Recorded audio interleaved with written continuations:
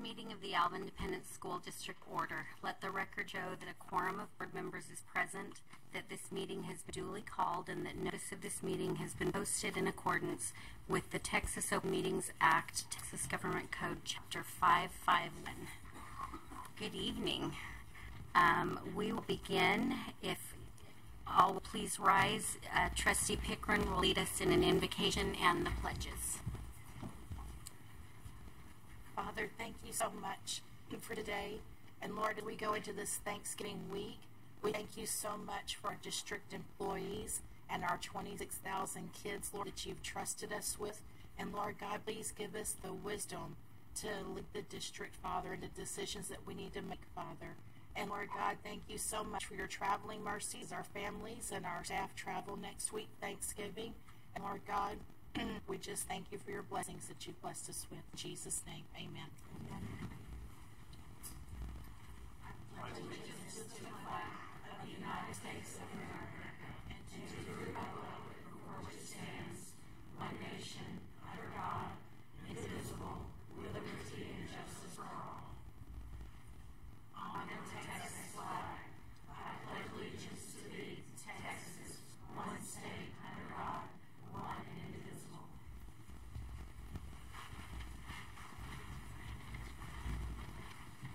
Thank you, Ms. Pickren. Next, we'll turn the time over to Dr. Combs for an introduction of our greeters and our commendations.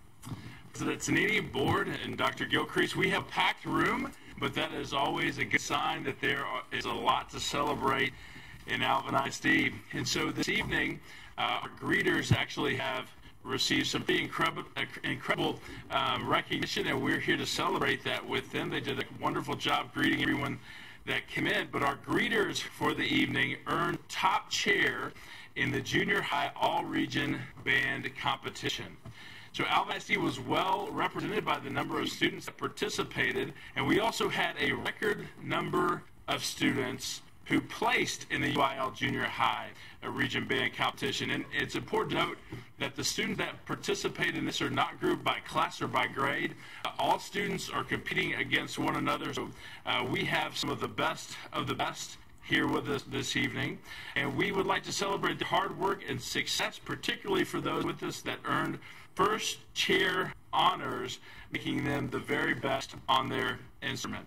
So we will start off by recognizing a student from Alvin Junior High. We have a bassoon player, William Boyd.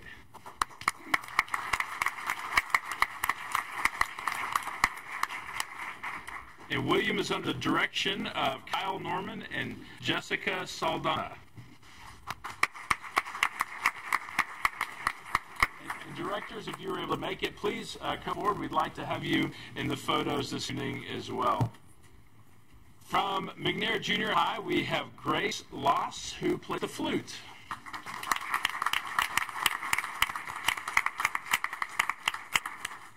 And she is under the direction of Julie Jessic and Nick Almeida.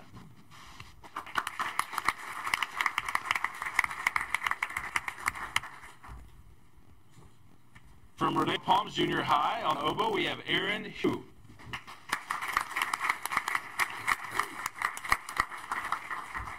And on the tuba, we have Andrew Mooney.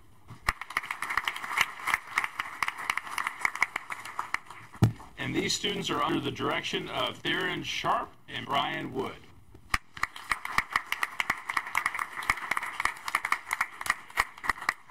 From Nolan Ryan Junior High, unfortunately he wasn't able to be with us this evening, but on the baritone sax, Dylan Willis.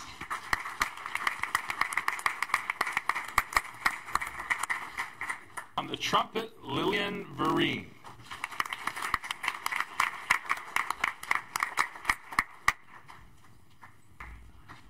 On the euphonium, Jacob Sonalan.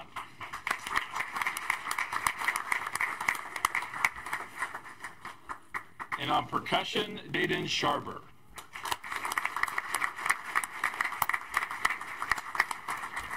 These students are under the direction of Bo Hunter and Wayne Steinke, and percussion is directed by Shadow Creek High School's Lou Balderghini.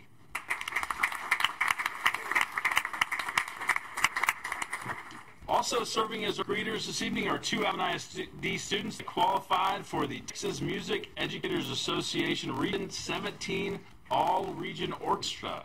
So we would like to recognize them. We have ninth grader from Shadow Creek High School who plays the violin, Owen Kai.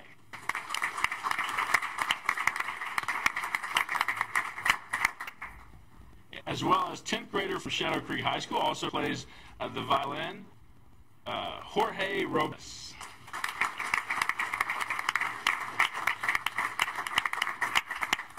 And they are under the direction of Director Stacy Weil.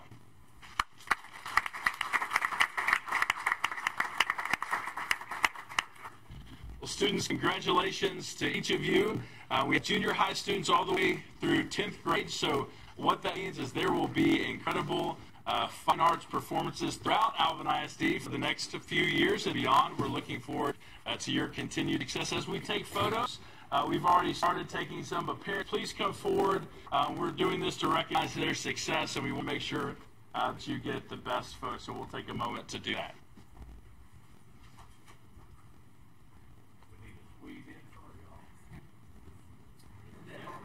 Come in a little bit tighter if you can. Come this way.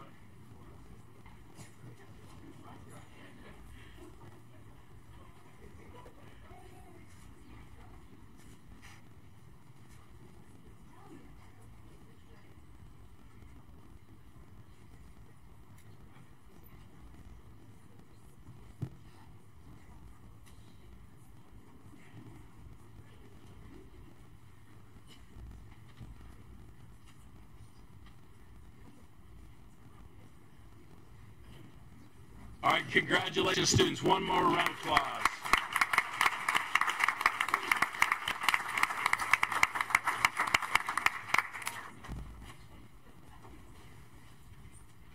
Once again, incredible accomplishments. Thank you for representing not only your campus, but Alvin ISD so well. We're very proud of you.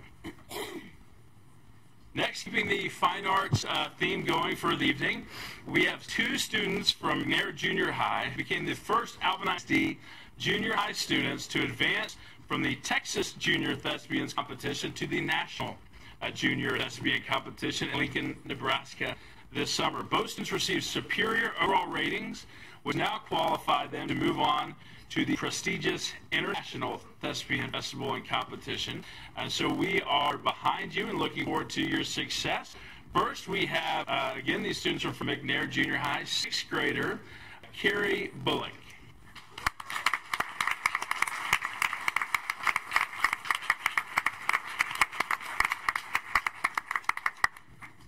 Carrie competed in the monologue individual event. Congratulations, Carrie. Next, we have eight. Say it again. Kyrie? Is it Kyrie? Okay, I'm sorry, Kyrie. Well, congratulations, Kyrie. You know you're going to get that set over the microphone at the international competition when you receive your award there, so we have to make sure we get it right. Congratulations. And today's her birthday.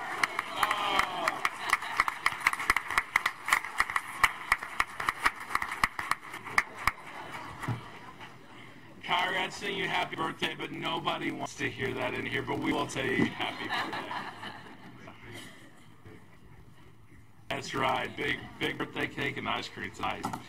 So next we have an eighth grader from Air Junior High who competed in the solo musical individual event, Courtney Van Aken.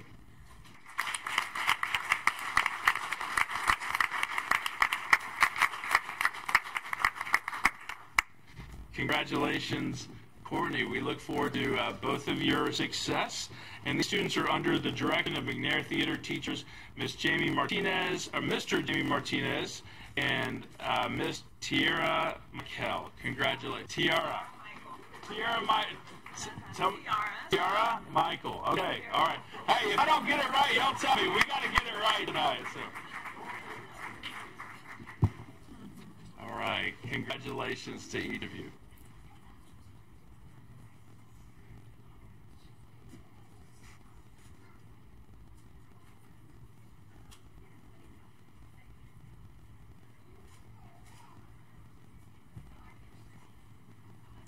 Oh yeah, we have to get the photo.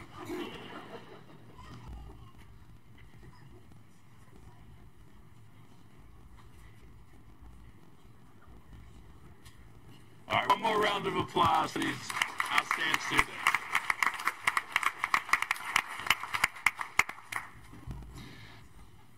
We recently had Brazoria County Fair. We had a tremendous number of students who had unbelievable accolades. Alvin ISD students submit over 100 pieces of artwork to the competition, K through 12, in the student art and photography competitions. And we have a number of our students here this evening that won some special recognition. First, we have Chisholm Akune from Shadow Creek High School. Please come forward.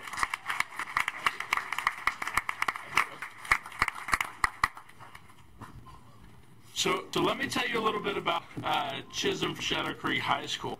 She received the Reserve Grand Champion of the entire show, also Best of Class for Art 2, and get this, her piece auctioned for $2,600.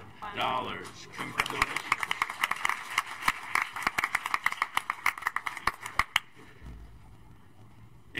And you can see we have the artwork actually on the screens this evening that you'll see what the students completed. And Chisholm under the direction of teacher Courtney Borden. Congratulations, Borden.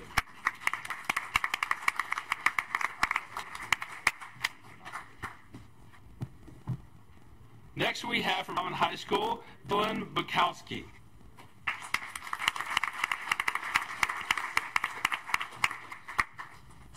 Dylan received the Best of Class in his competition, and his piece auctioned for $700. Not too bad either. Congratulations, Dylan.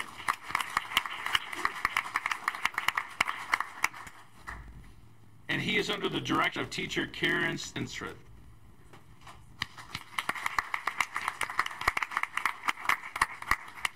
From Shadow Creek High School, we have Shofeng Zhu.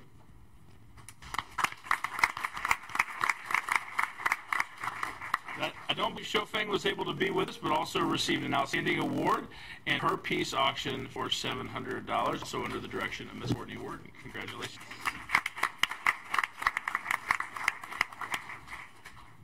Next we have Nazu Sherwani.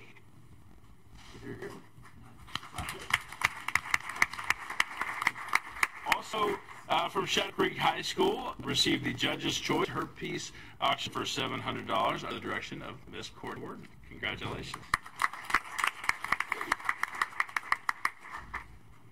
Next we have from Alvin High School, Caitlin Connery.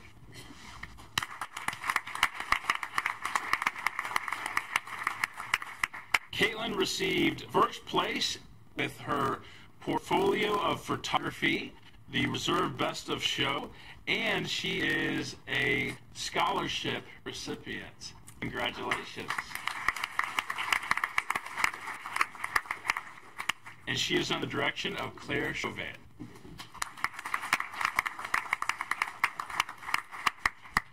From Shadow Creek High School, we have another first place and best of class, and that is Sydney Bree.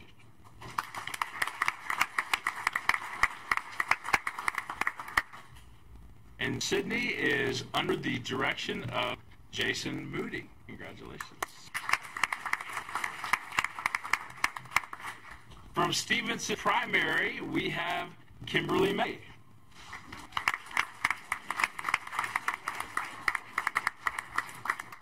Right over there. Kimberly, congratulations to you for receiving first place and best of class.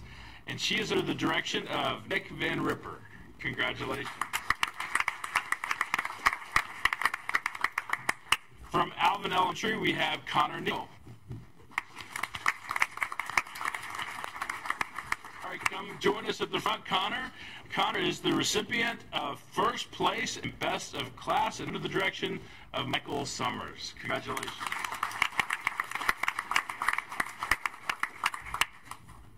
And from Stevenson Primary, we have Ruby Cosme, who received best of class. Congratulations.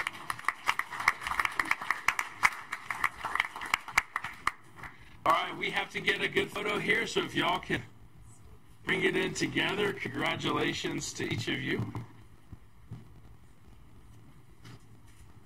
We'll wait to get the perfect photos.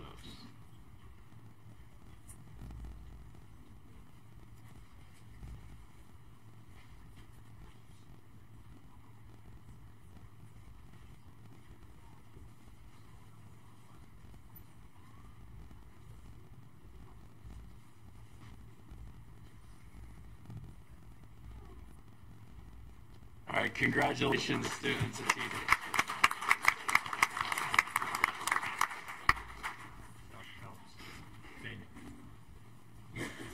Grab Courtney before she leaves. This is the second year now we've had kids in the auction. Is that correct? Also, it's the second year that Dr. Gilbey's has helped us out from his own pocket. Oh, no. But talk about the... No, doctor matters. Okay. Well, I'm sorry, what did you want me to say? So 3 years ago we had... 0 entries There you in the go. entire fair.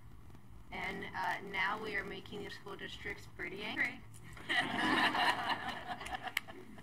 Well, Ms. Warden, please keep making them angry. Students, we are extremely proud of your accomplishments. One more round of applause for these students.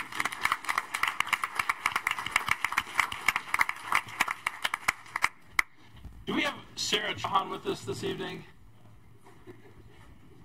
Trahan? Sarah Trahan? Is that you? Is she not with us this evening? Let's see, okay. She may not have been able to join us, but Sarah Trahan was recently during the Brazoria County Fair. She was named the Brazoria County Rodeo Queen at the fair, and she is a senior from Alvin High School, so we wanted to celebrate her accomplishments. Congratulations to her. So we'll let you know that she won that honor after competing on a prepared speech, tack and attire, and a horsemanship pattern, a flag pattern, and a timed barrel pattern. It sounds incredible to me, so I'm very impressed, and we will pass on the accolades of the group this evening.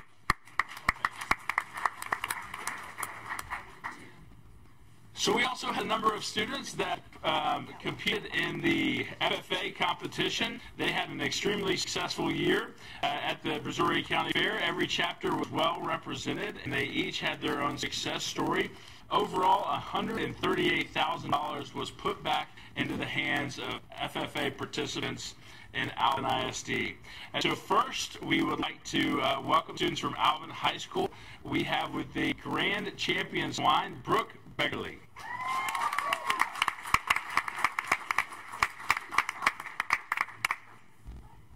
With the Reserve Champion swine, we have Denham Fields.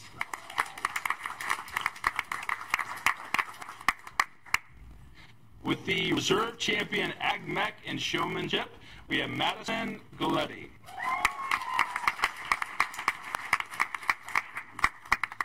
With the Grand and the Reserve Champion Turkey, we have Ethan Horswell.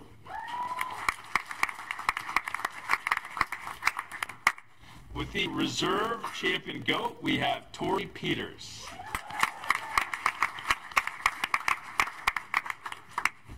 With the Market Rabbit Single Reserve Champion, we have Madeline Stansel. With the Intermediate Swine Showmanship, we have Shelby Smith. With the Senior Swine Showmanship and Reserve ARB breed, we have Reagan Cohen. With Senior Beef Showmanship, we have Holly Darnell. We have the Alvin Fair Queen candidate, Allison Herring.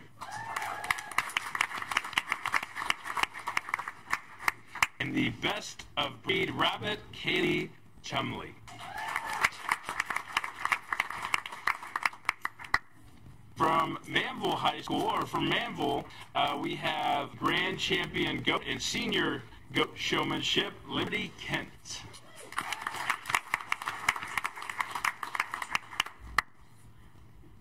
We have Junior Breeding Showmanship received by Kaylin Stavenall.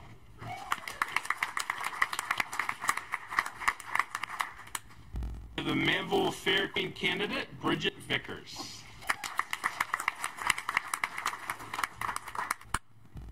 The Ag Equipment Division, we have the winner, Benjamin Mooney.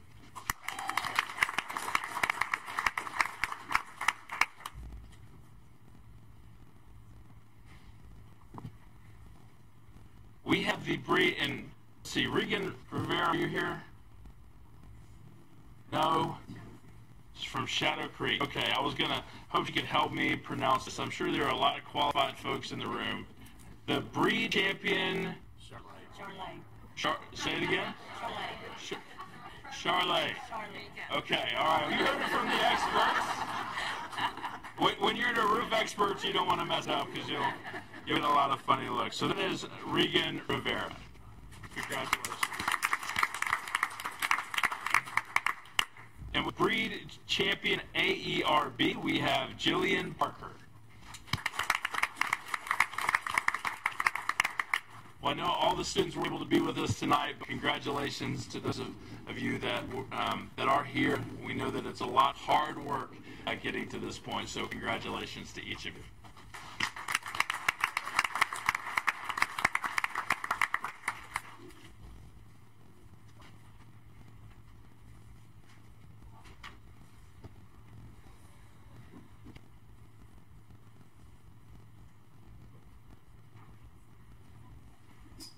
Congratulations, students. So next we have a few staff commendations this evening. The following staff members that we will recognize were part of the Futures Administrators Academy in Alvin ISD. The Future Administrators Academy is a year-long program for members of Alvin ISD that aspire to become administrators. These members must have or are working toward their principal certification. They went through an extensive admissions process, which included an application as well as a video submission. And during the sessions, they went through scenarios on subjects they may encounter when they become an administrator, as well as interviews and hot topics in education. So we're thankful that they volunteered and applied to participate in this academy. So first, we would like to recognize from Dr. McGirt Junior High, Jesse Brown.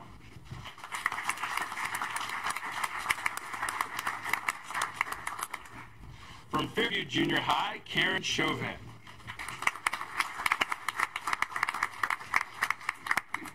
From Harvey Junior High, Mandy Donnelly. From Alvin Elementary, Doris Malone. From Shadow Creek High School, Stephanie Dunbar. From Rodeo Palm Junior High, we have Brittany Elliott. From Nolan Ryan Junior High, we have Brandon Henderson. From Alvin Junior High, we have Rebecca Jasinski. From Pomona Elementary, James Legon.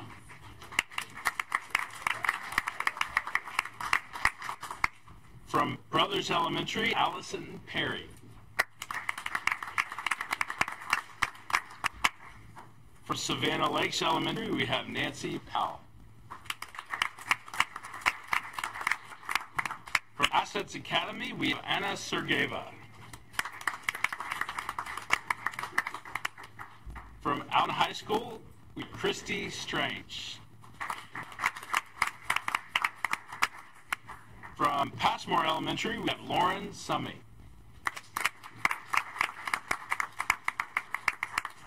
From Alvin Elementary, we have Sherry Barlow.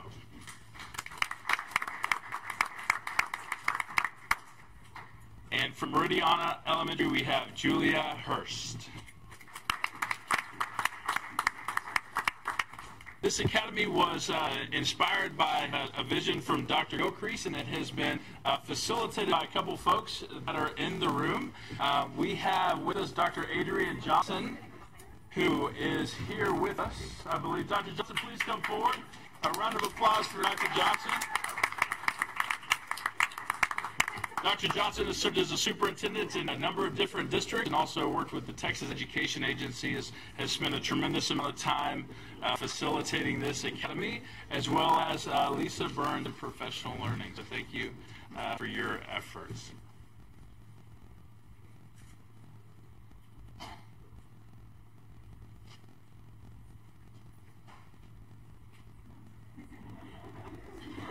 Proud princess.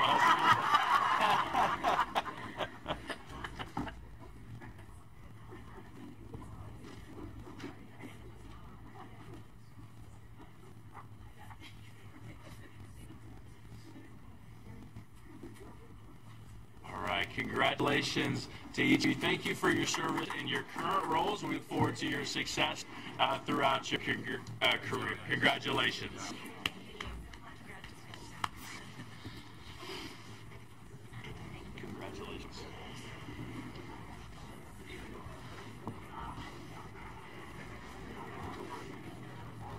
So we have one more. You can tell they became very collegial during their year-long academy, and that's a great thing. Great partnerships were formed. But we do have one more staff commendation to share this evening. It is just unbelievable. On Thursday, October 18th, we had Mrs. Parker Frazier at Pomona Elementary, who's we'll say her lunch got the better of her. And some of her colleagues were near, and they saw that she had become challenged by her airway becoming obstructed. And they didn't wait. They didn't hesitate. That's when Val Vanoy started doing a Heimlich maneuver, and that helped a bit, but not all the way. And that's when Hosanna DeSoto, and this is probably the only time you'll get a commendation for this, but hit her in the back.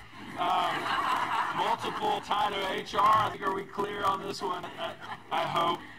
But that actually cleared her airway, and so it was wonderful to see that coming together. So, Alvin Hosanna DeSoto, please come forward, and we are so thankful for your quick action that saved a life. Congratulations.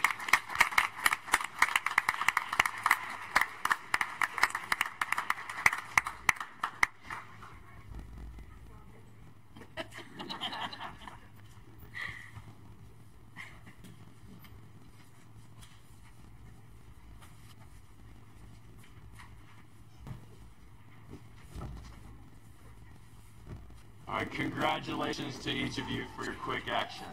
All right, nicely done. Those are our accommodations for the evening.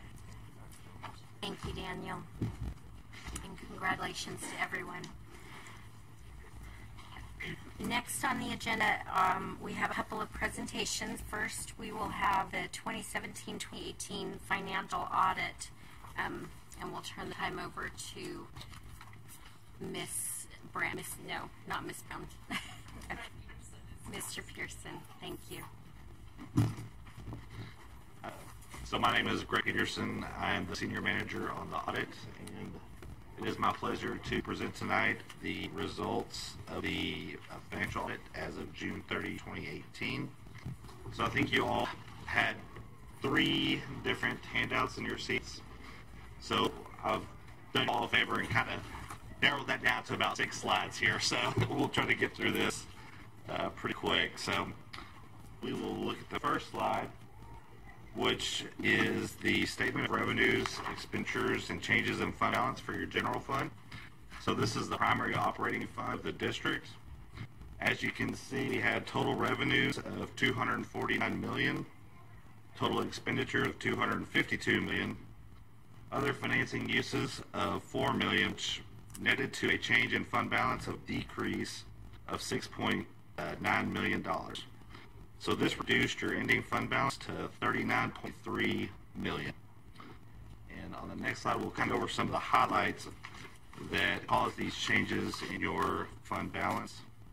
So it was basically due to an increase in instructional expenses, which represents probably about 50% of your total expenditures are related to instruction. So the good thing is you'll actually budget for a $20 million decrease in your fund balance in the general fund, and you only ended up at 6.9. So it's actually a savings based compared to budget.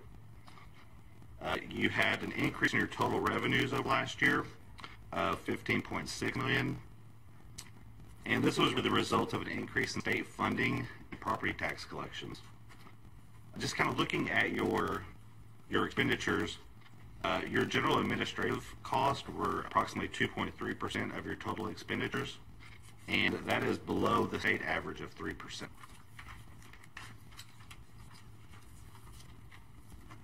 Next, we'll look at your debt service fund. So this is the fund that collects tax revenues to pay for current debt service. So you had total revenues of $49 million, total expenditures of $50.9 million.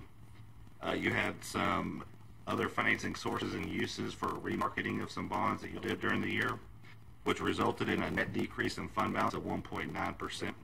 Again, this fund isn't really used to accumulate fund balance. It's just used to pay for current debt service. So that $0.9 million decrease resulted in your fund balance ending at $17.1 million. Next, we'll take a look at your capital project fund. So this is the fund that's used to track your capital projects from your bond issuances. You had total revenues of $2 million, primarily related to interest income from those funds that are held in investments. You had total expenditures of $101 million, which was used to construct your capital projects.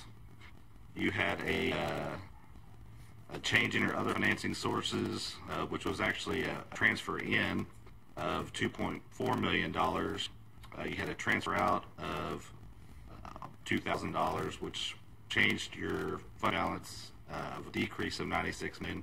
Again, this fund really isn't used to accumulate fund balance. It's just used to track your capital projects. So the net result was a ending fund balance of $93.3 million. So the next slide, we'll talk about our auditor's opinion. So this is kind of the scorecard that we give on the audit. And I'm pleased to say y'all received an unmodified opinion or a clean opinion. So that's the highest level of assurance you can receive in audit. So we conducted our audit in accordance with government auditing standards issued by the Comptroller General of the United States. And we also issue an audit opinion on your major federal programs. So again, y'all received a clean, unmodified opinion on your major federal programs. And this year we tested the Child Nutrition Cluster and Hurricane Harvey grants. How do you pick out which ones to pick? So we have to, we look at your total federal programs and we calculate a materiality that determines if programs are type A or type B. And your type A programs have to be audited every 3 years. So they're kind of on a rotating basis. So Child Nutrition Cluster was picked up through the rotation, and the Hurricane Harvey grants, that was a new, obviously a new grant this year that exceeded the type A. So when you have a new grant that exceeds the type A, you're required to audit that one in the first year.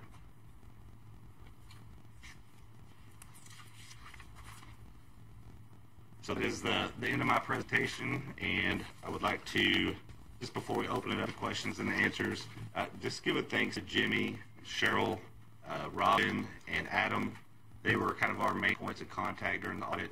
They did a fantastic job. It was great working with them. It takes a lot of work to put these together, and we really couldn't do it without them. So thank you very much. I'd be happy to answer any questions y'all have. I have a question. In any given year, how many programs are tested? It really depends. Again, it's kind of on a rotating basis, but since y'all are low risk, what we call a low risk auditee, we're only required to audit 20% of your major federal program expenses. So we can audit as many programs as it takes to get to 20% of your total expenditures. Very good. Thank you. What percentage of school districts in Texas receive an unmodified or a clean opinion? You know, I don't know. I would assume it's a pretty high percent that receive an unmodified opinion, but it's definitely a prestigious thing to receive an unmodified opinion. Now, also, and y'all present a CAFR. Y'all have also received GLA awards every year and ASBO awards. So the finance department's doing a great job keeping the books straight. So. Any other questions for board? Okay. Thank you so much. Thank you. Appreciate it.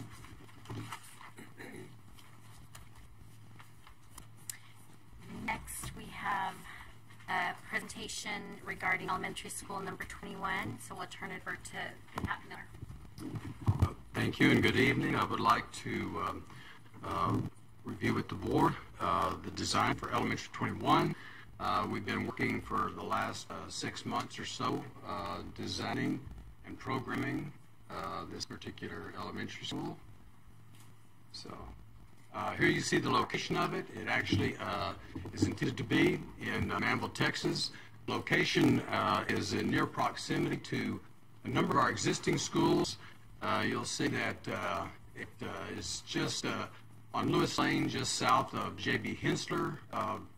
Facility we have, E.C. Mason currently resides right here. This elementary 21 will be intended to be the replacement school for E.C. Mason, as was intended and included on the recent bond election.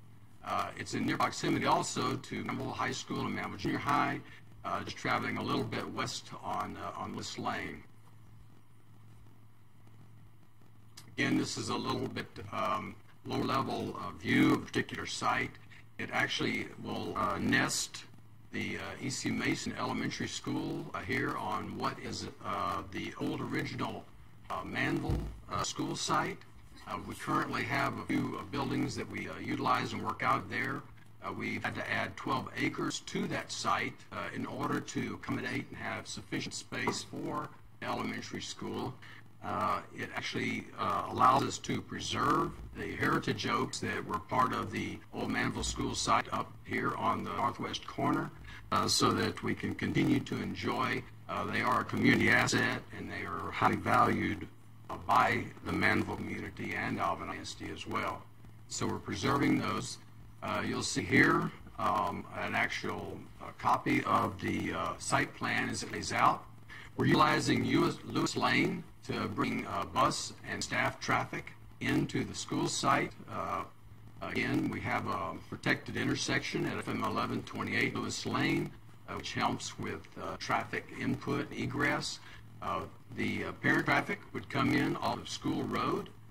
School Road, again, was identified and had been School Road back when the point where roads were laid out in Manville, because again this has always been maintained and utilized as the original and an essential part of the Manville community as a school site. So it has a really great feel, repurposing it and putting an elementary school back on that site. So again, over here on the corner we have detention. This is the front of the school, and we'll get in and show you a few improved and closer up views of the elementary school on some of the subsequent slides here. So the overall first floor plan lays out this, as you see here. The main entrance is down here on the southwest corner. We have on the exterior walls the instructional spaces, the classrooms for pre-K through first grade down on the first floor. They all have exterior walls so that they do allow some nice natural light into classroom spaces. On the first floor at the front of the building, we have the administrative area. Nested in the center of the building is the library and the Kiva area.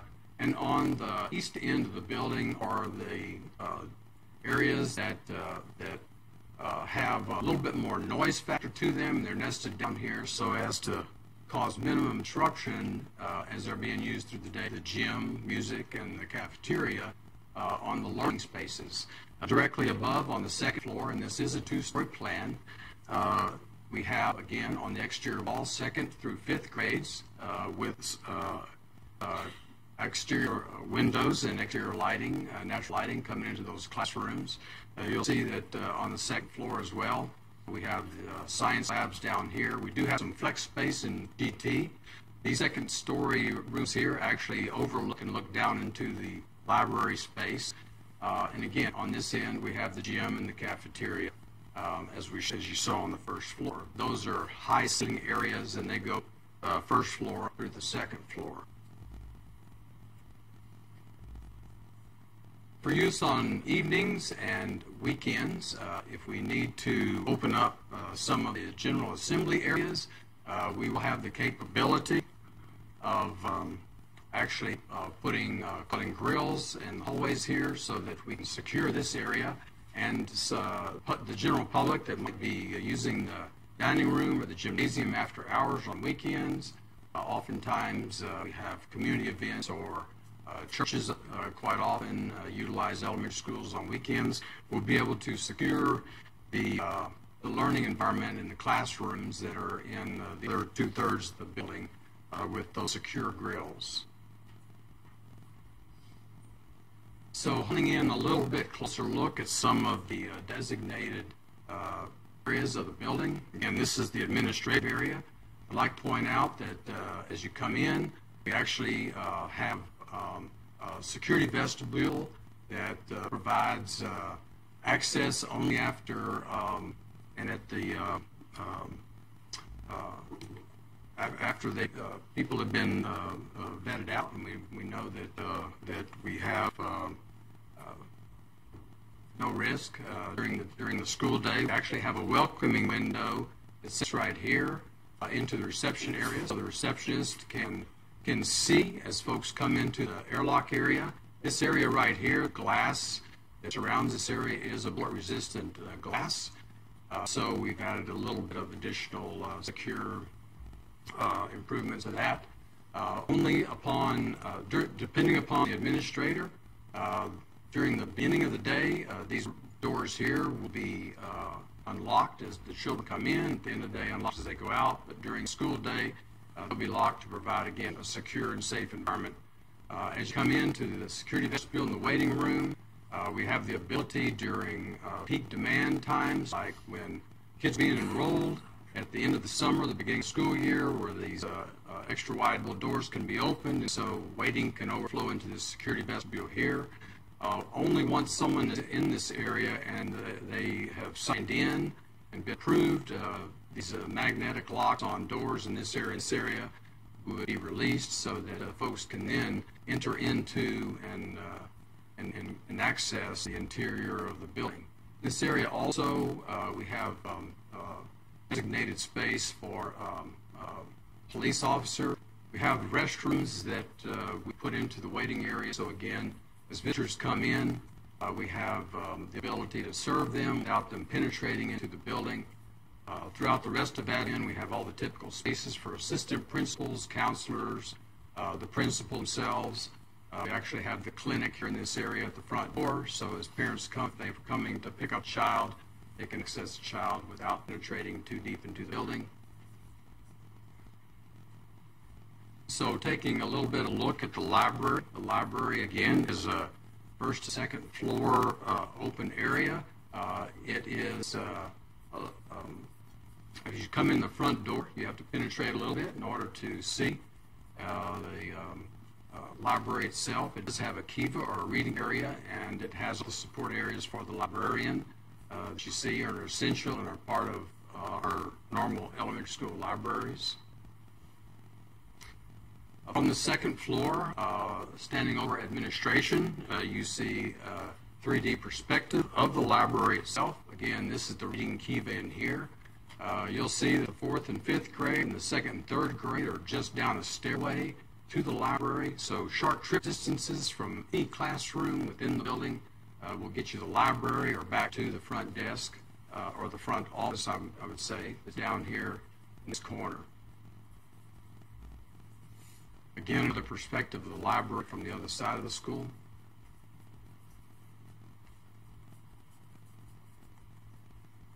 So you see down a typical corridor on the first floor.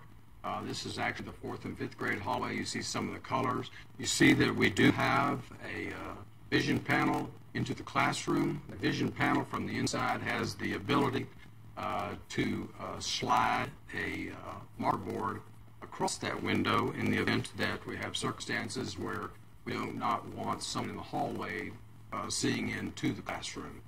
During a hold or during a lockdown type of situation would be a typical time when the door would be locked and the marker board would be slid across that window so that the room there's no vision into the room to see if it's occupied or not. Looking at the dining room and the stage, you'll see that once again it is on the end of the building where we kind of have segregated more of the noisy tasks of the day.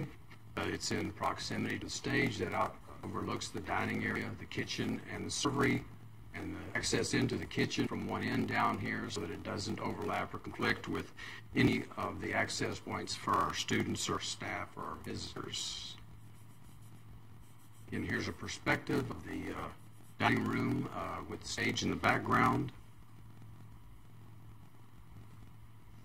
Another look at the same. Taking a quick look at the PE space for the gym. It is typical of the size that we have been putting into our elementary schools. It worked well for a student population of 800. It's in near proximity as you go out these doors to an outside door for them to be able to go outside as the coach determines on ice days.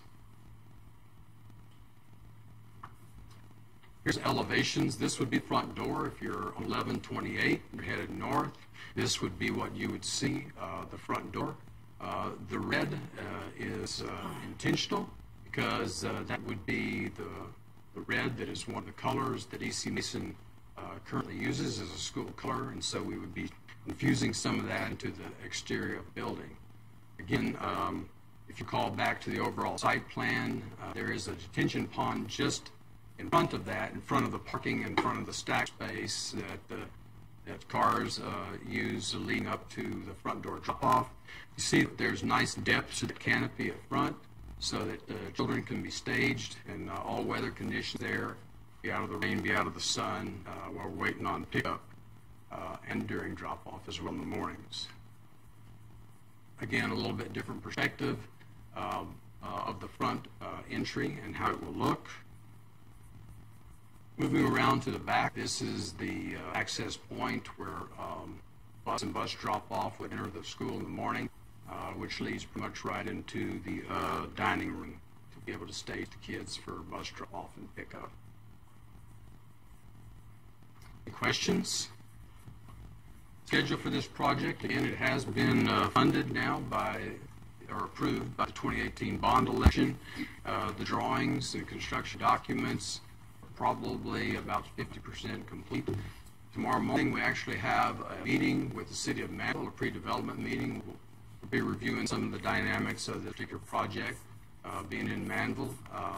They're looking forward to it. They actually mentioned it in their State of the City address a little bit earlier today that they gave for the Chamber of Commerce.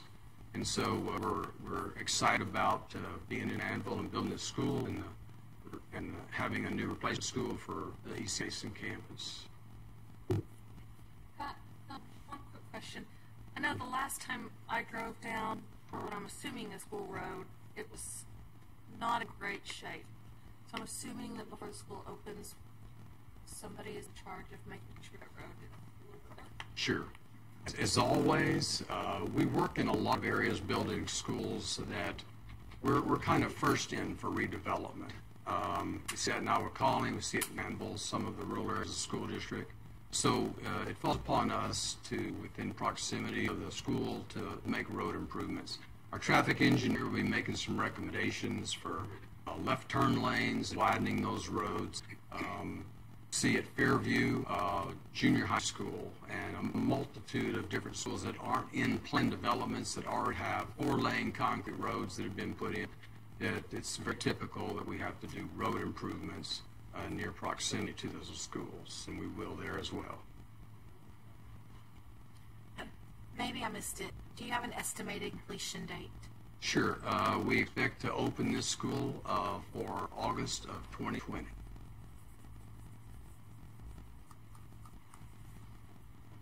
We can, with Manville smiling on us through the course of getting a permit. The weather. We will be bidding this job under our standard construction method competitive seal proposal. So Any other questions? One more time, just to make sure I'm clear. On that road, we're going to absorb all the costs of that road, or will the city of Manville absorb some of it? City of Manville will not be a participant in improving the road. And again, we won't be building road a mile from the school. And so all these roads are on their thoroughfare plan, and very similar to Iowa Colony and to some of the other rural areas we have. Again, you start getting a little bit of a distance from those schools, and roads go back to what they are. We travel those roads on a regular basis. We travel School Road and depend upon it quite heavily when we had Anvil Junior High School and C. Mason there before, and we made them work. And I'm confident that we'll make it work this time, too. So once we get it done, they will maintain it, right? Oh, yes. It's in public right-of-way. And so actually, they have to come and they inspect our work and sign up on it before they'll ever take it. But they will own it at that point in time, yeah. McCoy Road was very similar. McCoy Road at Manville High School, that now serves Manville High School and Manville Junior High School, was a marginal road, and we rebuilt it to 3 lanes. And then at that point in time, the city takes it over and assumes responsibility for maintaining the road and any additional improvements over time. Thank you. Thank you, Pat.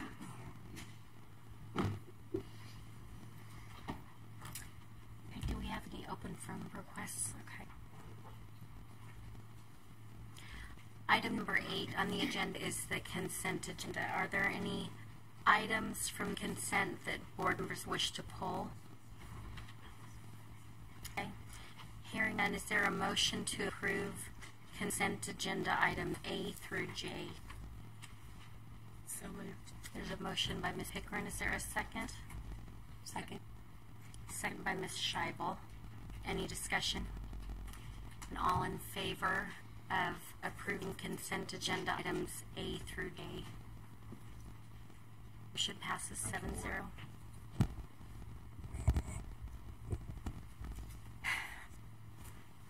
Item number 9 on the agenda is a request to consider the approval of retirement of Dr. Gilcrease. Board, as you know, we began these discussions way back even in January and the early spring of this year. I think the timetable, because of some other opportunities, were moved up, but it is this time that I ask you to consider accepting my retirement. Well, The timetable will be worked out. Well, I will reluctantly make the motion to consider your retirement, but first I want to thank you for your service and your dedication to the 26,000 estimated 25,890-ish, 92 students in our school district. Your true compassion and care of them has been evident, and we thank you for your service and your leadership and your wisdom since 2014 in advancing our district. There's been a motion by Ms. Metoyer-Peterson. Is there a second? Metoyer Peterson, I too share your sentiments and do not want to accept his retirement, but I will because I still will second the motion. Making my heart is so happy because you're going to continue to serve public school students, but 5.4 million of them are now on your agenda, and so I'm super excited to see what you're going to be doing for the students of the great state of Texas. Thank you, Ms. Harris. There's been a motion and a second. Is there any other discussion or comments from the board?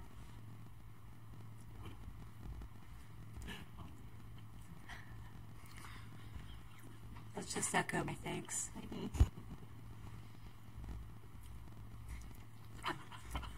This is ugly. Thank you. Thank you for sharing this portion of your incredible career with Alvin ISD. We appreciate it. Cheryl, it's only because you're going to help over 5 million children. That's the only reason you can get to do for the state of Texas what you did for our children. That's right. Well, we have to vote. All those in favor of accepting the resignation of Dr. Gilcrease? I guess we could abstain. Motion passes 7-0. Thank you, board. Item 10 on the agenda is a request to consider Approval of the 2017-2018 financial audit report that we heard earlier. Board, as you saw presented earlier tonight, the audit report was an unmodified opinion. Our recommendation is that we present that audit as presented. Is there a motion to approve the audit as presented? There's a motion by Ms. Wenstrom. Is there a second? Second. A second by Ms. Matoyer-Peterson. Is there any discussion? Hearing none, all in favor of approving the motion as presented? Motion passes 7-0. Thank you, Board. Congratulations, y'all. Yes. Okay, next item on the agenda is a request to consider approval of underwriters for bond sales. Board, after the passage of the bond election on last Tuesday night, a week ago. Has that been a week? Wow. Yeah. A week ago. It is now, as we move forward to selling those bonds on the financial market, we have to approve the bond underwriters that will lead that. As you can see, that we have listed there several groups that we'd like to be the underwriters as the syndicate for that. The lead manager would be J.P. Morgan Securities. The size of this bond sale for Alvin is going to be something new, and so it's at this point that we searched out and at some point need some national footprint to be able to make sure that all those bonds go on the day that we sell them. So our recommendation is as presented. Is there a motion to approve the bond sales as presented? So moved. There's a motion by Ms. Pickering. Is there a second? Second by Ms. Scheibel. Is there any discussion? Hearing none, all in favor of approval of the bond underwriters as presented? Motion passes 7-0. We will put to work. Item 12 on the agenda is a request to consider approval of the final tax roll. Board, as you know, every year we must approve the final tax roll. You can see there in your packet that the total levy amount is the total assessed value now is $10,301,000,000, and so as a result of that, the total levy amount then is a little over 124 million. Gosh, I got my M's and my B's mixed up. After the adoption of the tax ratification election, the combined tax rate again stays at $1.45. The 13 pennies will swap the same. The total levy amount then will remain unchanged. Our recommendation is that we adopt the 2018 tax roll. Okay. Thank you. Is there a motion for the board to approve the final tax roll as presented? There's a motion by Ms. Wennerstrom. Is there a second? Second by Mr. Humbert. Is there any discussion? Hearing none, all in favor of approving the final tax roll as presented? Motion passes 7-0. Board, that's in 5 school years, that's almost doubled for total levy. Wow. If you think of it that way.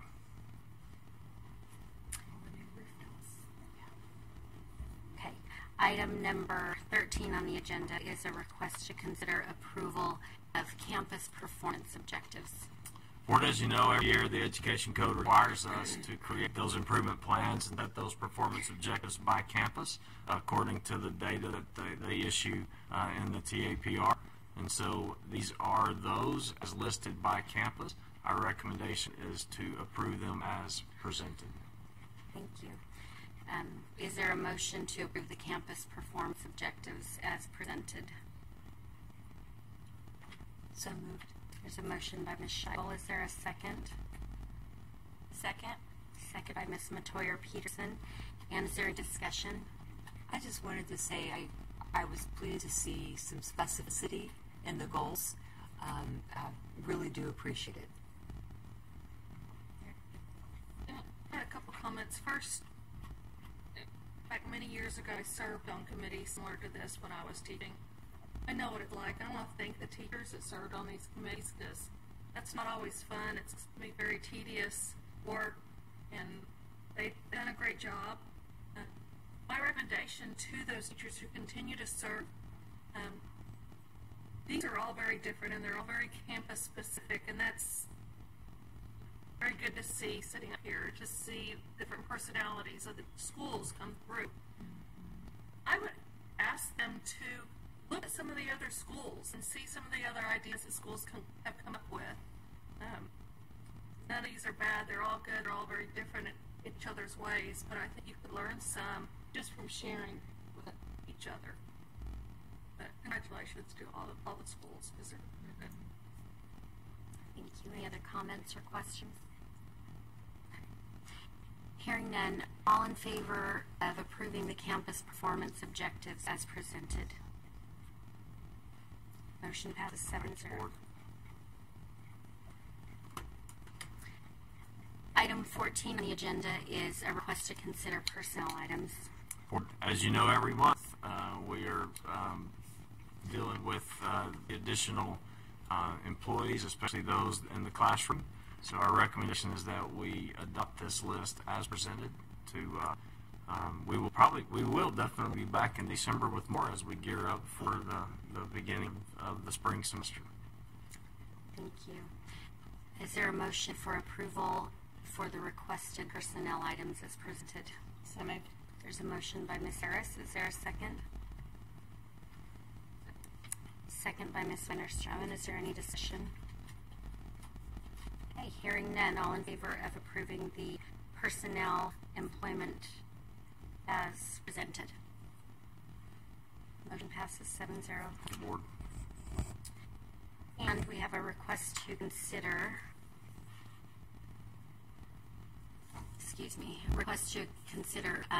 administrative staffing position for the principal of Sanchez Elementary.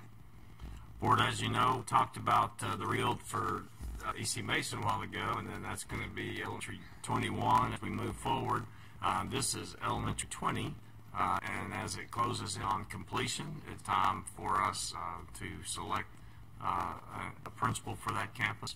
Before we can do that, we have to approve that position for that campus. Our recommendation is that we approve this position so we can move forward with posting and hiring.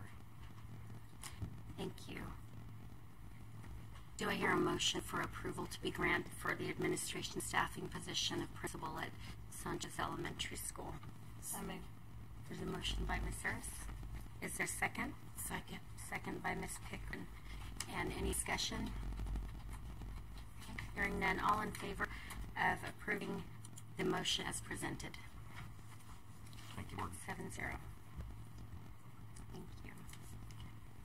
We'll have to do the next one. Superintendent's Board first. Okay. We will move on in the agenda to item number 17, the superintendent's report. All right.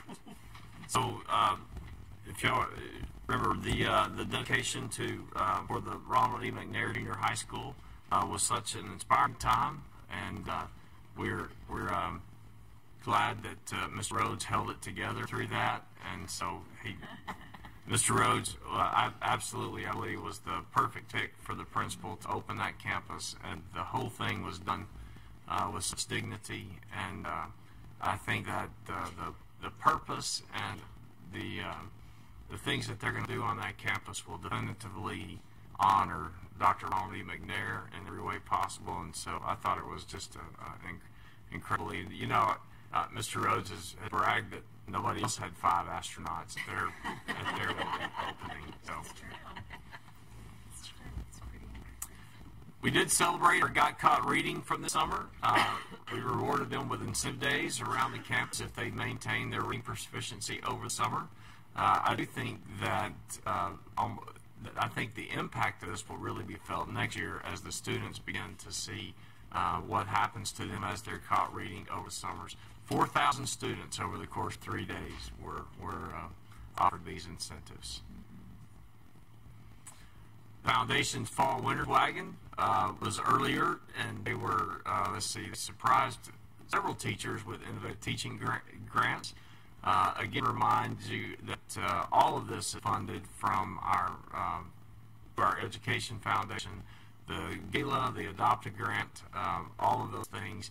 And so I know there were several surprise teachers with the fall winner's wagon, and they have great plans as they move forward, putting these innovative ideas into practice.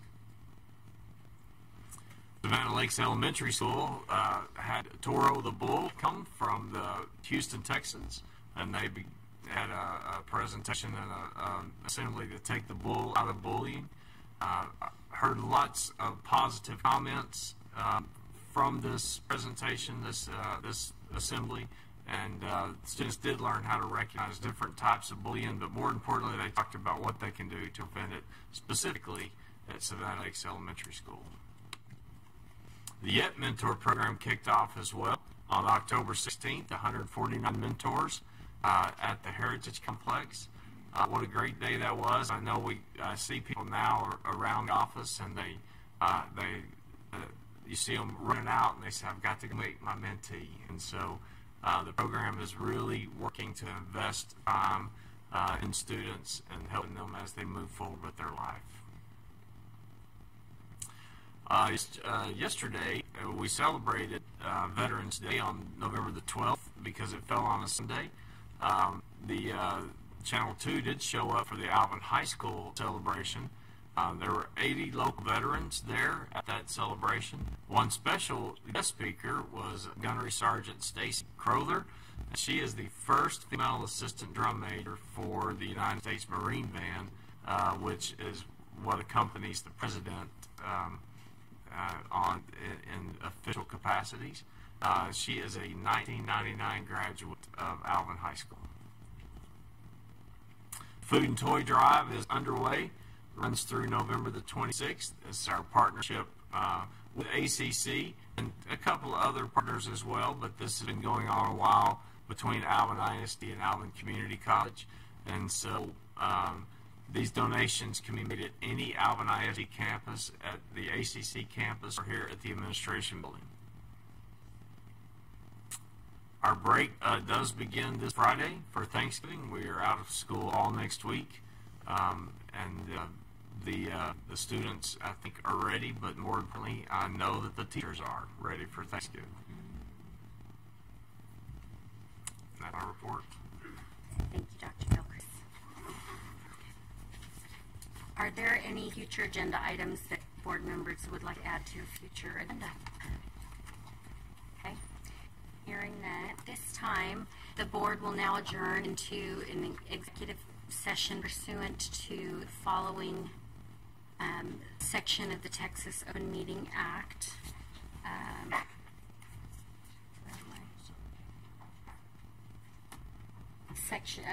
Texas Open Meetings Act, Section 551.074.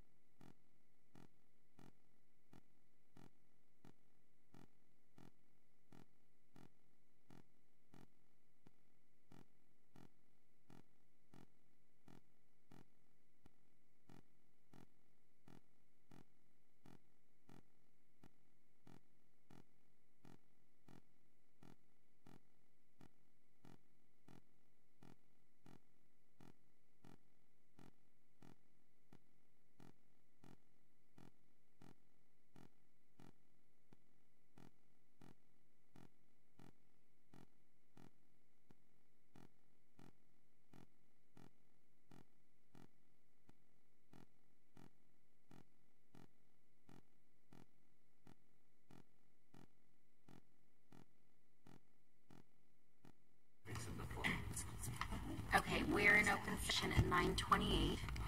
And the next item on the agenda is a request to consider personnel items, the termination of a term contract employed during the contract year. Do we need to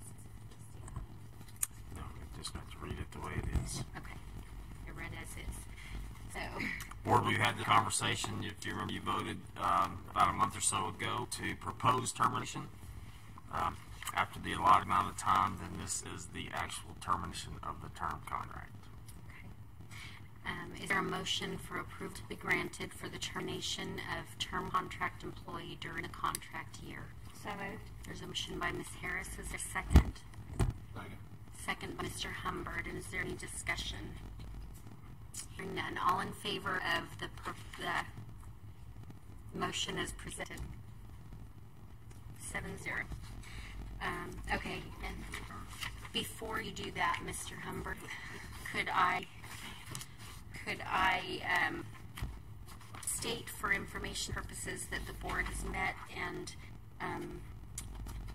made a decision to hire the law firm of Thompson and Horton to serve as our consultant for a superintendent search. She's just for public. That's just information. It's just a comment for public information. Is there a motion for adjournment?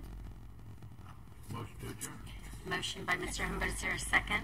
Second. Second by Ms. Matoyer-Peterson. All in favor of adjournment? Motion passed 7-0. Good night. Good night. Happy Thanksgiving. Yeah. Okay, all right. Did he stay by himself? Good night, all. Good night. Cameras are gone.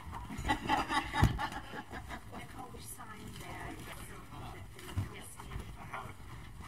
I had a board member in Hillsborough that thought their brother board meeting was Are you going? To be obstinate? Just be They're hard. I love it.